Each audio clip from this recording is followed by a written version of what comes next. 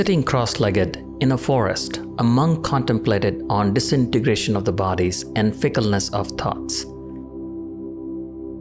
He had heard about this meditation from the Buddha himself and tried to follow them as best as he could, but there was still so much the monk did not understand. Buddha has always discouraged questions which did not pertain to meditation or self-purification and remained silent when asked about God and afterlife. As the monk concentrated on his breath, nagging thoughts of life and world kept bothering him. Along with these questions, his doubt in Buddha and his teaching rose again. Is Buddha really enlightened? He thought. If so, why doesn't he answer any questions about God and afterlife? Unable to focus his mind anymore, he rose up from his mat and went straight to Buddha. Bowing down with respect, he saluted 3 times and said, "My dear Lord, every time I sit in meditation, I'm plagued by many questions. How old is this world we live in? Was it created by God? Or did it always exist? What happens after I achieve enlightenment? Do I still die? My Lord, for me to meditate, I need to know the answers to these questions.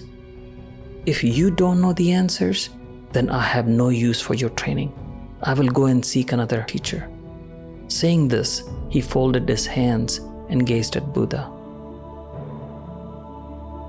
Buddha was silent for a long time.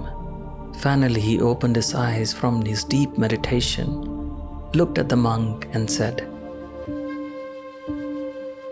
"Let me ask you something. There was a man in the forest who was stuck with a poisoned arrow. He was in great pain. His friend tried to take out the arrow, but the man wouldn't let him do that. He said, 'Before you pull out the arrow, I need to know who shot the arrow. Was he short or tall? What caste did he belong to? Was the arrow made from a wood or iron? And why did he shoot me? What do you think will happen to the man?' Buddha said, 'The injured man will surely die, my Lord.' But the questions are still valid and important. Why shouldn't he get the answers?" Buddha replied, "My Lord, if the poisoned arrow stays too long, he will die. Then the questions and answers wouldn't matter. If he lives, he can still find the answers one day." "Well said," Buddha added. "Just like the man, you are stuck with the arrow of desire, which is the root cause of all your suffering. You resist the arrow being pulled out, and you demand the answers of the world and God. Just like the man, if you don't remove the arrow, you will surely die. My whole life and teaching is to end the suffering. Knowing who created this world or whether God exists or not does not end your suffering.